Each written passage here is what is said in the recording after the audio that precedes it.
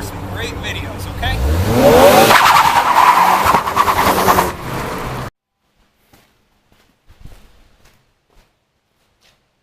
This is Inside Automotive. Last time we were here, we jacked up our car. So today we're going to be going and removing a wheel. Show you guys how to do that. So to remove your wheel, what you're going to need is a couple different tools. What you can use is a lug wrench. This will definitely get you by in most situations. Then you will also need a breaker bar. I highly recommend this, and whatever socket you need to adapt for that wheel. Some of them are different sizes. I do believe mine are 19 millimeters. What also really helps is an electronic impact driver. And then if you're really trying to get by, you can always use just a ratchet and then also a long piece of pipe along with the additional socket you're going to need for that. And then what we're going to be installing today is going to be the Gorilla wheel lock keys. So if you already have factory wheel locks, what you're going to need also is your wheel lock. That's going to get off the regular safety wheels for you. And if you don't know what those look like, I can show you those. So out of all of these, this one's a little different and it's keyed differently. So you can't use a regular socket like you can on these. So you're going to need the special socket. Okay, to get started on taking off your wheel, what you're going to do is you're going to grab your breaker bar and your socket, and you are going to put it on here and then give it a nice big tug. Now, one of the problems you may run into is you might jack up your car, and the first thing you have to do is you have to break the bolt while it's on the ground, or you're just going to end up spinning the tire when you try to take it off. Now, one of the things you can do is you can get a jack, put it right up here, and just start jacking it up a little bit, and it's going to take put a little bit of resistance on the wheel, help you crack that. So I'll show you guys that in just a second. So as you guys can see, I didn't jack up the car high enough to get up the jack underneath the wheel. So you have two options here. You can either take your jack, you can lift your car up just a tiny bit more, or what you can do is, if you do have the availability of it, what you can do is you can grab a smaller jack. So here we have a smaller jack. Unfortunately, this one's too tall too. So what we're gonna have to do is we're gonna have to raise up the car just a tiny bit and then break the wheel for you. The other way to avoid this is to use some electronic tools. This will definitely get it loose for you, but not everyone has this, so it just depends if you're willing to spend the money on something like this. They are invaluable.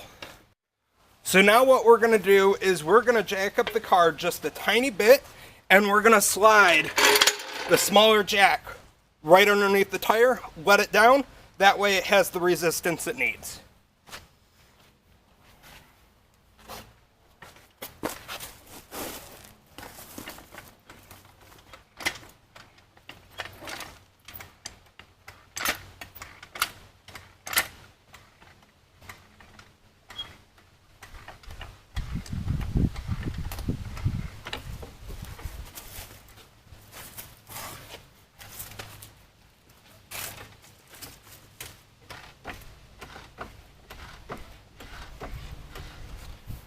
Now you're just going to raise this just enough so where you can get this underneath, and then you're going to lower it back down.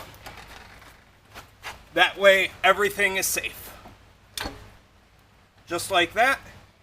And I usually keep the jack right underneath the car with a little bit of resistance, or a little bit of pressure on it, just so that you're definitely safe when doing this. So now what you're going to do after you get your second jack underneath the car, what you're going to do is you're going to start jacking it up just so it gets a little bit more pressure on it.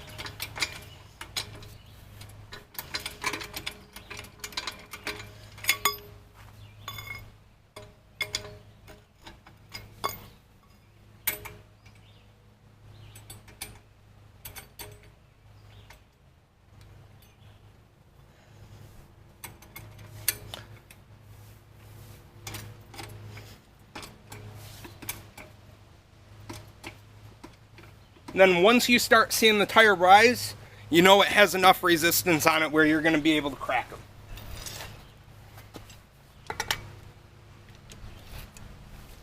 Then you just go counterclockwise, and look at that.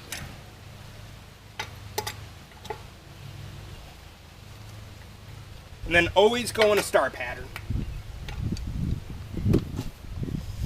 when you're taking them off and putting them back on. Now, for my next one, this is the security lock one, so we're going to need the special socket for it. So you put that right in, and it goes right onto it.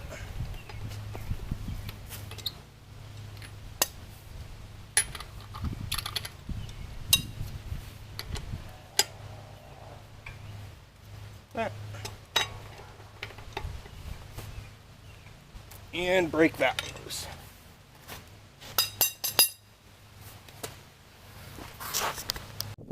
So now that that's all broken loose, what you can do is you can raise up the car a little bit and get that jack out from underneath.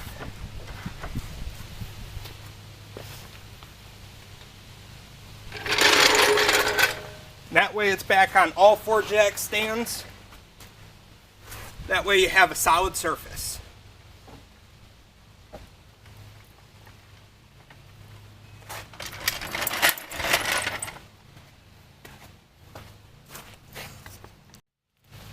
Now with all those broken loose, now you can start taking them off. So what I usually do is I make sure they're all good to come off, and then take your socket off and just start twisting them off. Now if you can see it from the video, obviously my wheel's not stuck on there, but if yours is, what you can do is you take your foot and you give it a hard jab right on the rubber, or what you can also do is take a rubber mallet, hit it at the top and the bottom and the sides, and it'll just crack right off for you. For all you new automotive guys, if you guys have never seen it, so the center ring right here, this does pop out. You just take a screwdriver, you come from the back side of the wheel, and you just pop it out. Just like that. And what this is for is so when you're taking out your CV axles, you have an easy way to get to that nut. Okay, so the next thing that you're going to be doing is you take your wheel and you mount it back on. So the easiest way for me to do this is I grip it on one side and I just use my other arm to kind of line it up.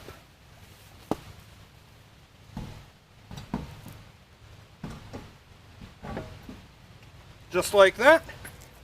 And a little trick for some of you guys is once you get one of the bolts lined up, what you can do is just kind of spin the wheel back and forth until the other ones line up with it.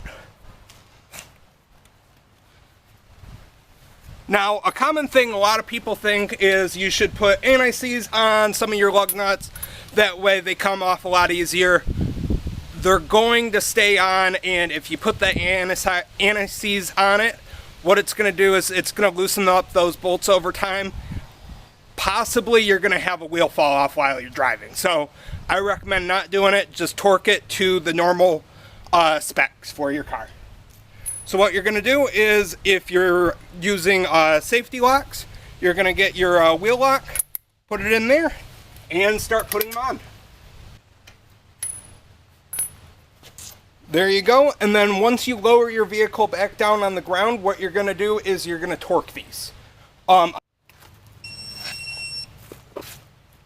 So the next thing that you're going to want to do to finish this install up is you're going to torque your wheels. So if you don't have one already, I highly recommend getting a torque wrench. You don't need to get a fancy one like this or anything. Some stores even sell them for like $20, $40, something in there. But they're really great tools, but definitely torque your wheels. So all you're going to do is, this one's electronic. Some of them you just twist to your desired torque. Most passenger cars are 100 foot-pounds of torque. A lot of mid-sized to heavy-duty trucks normally about 140. Even I think some of like the mid-sized cars even go up to 140 now. But at least for this one, all you do is you hit the power button.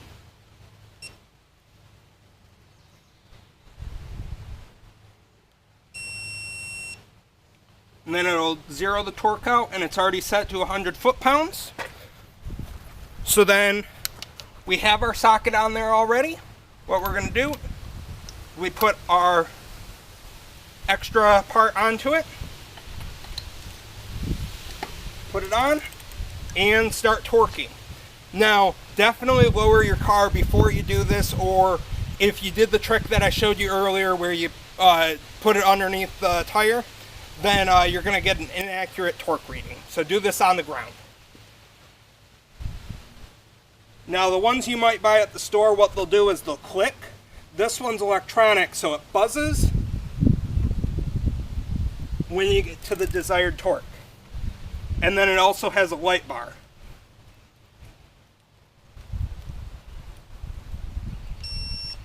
And there's 100 foot-pounds. When you're doing this, you're going to go in a star pattern. So today, air tools and electronic tools are getting cheaper and cheaper every day. So a lot of people are starting to have them. So one of the things you hear big discussions on is some people think you should just impact these down, good to go. Some people, you really need to torque them. Personally, I like to impact them and then I torque them just in case. This is my personal vehicle, so I do like to be safe with it. If I was working on a customer's car, I'd probably just impact it for the time.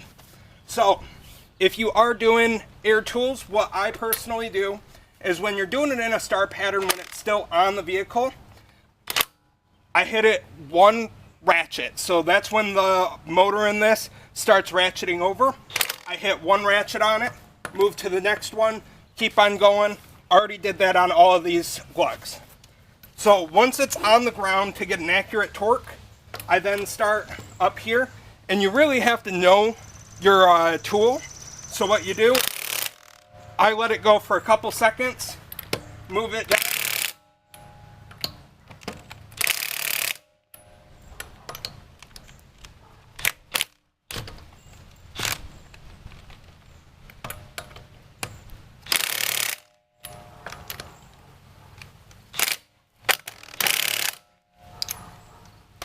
Now, if I was doing it on a customer's car, what I'd do is I'd go a couple more seconds just for the extra torque on it.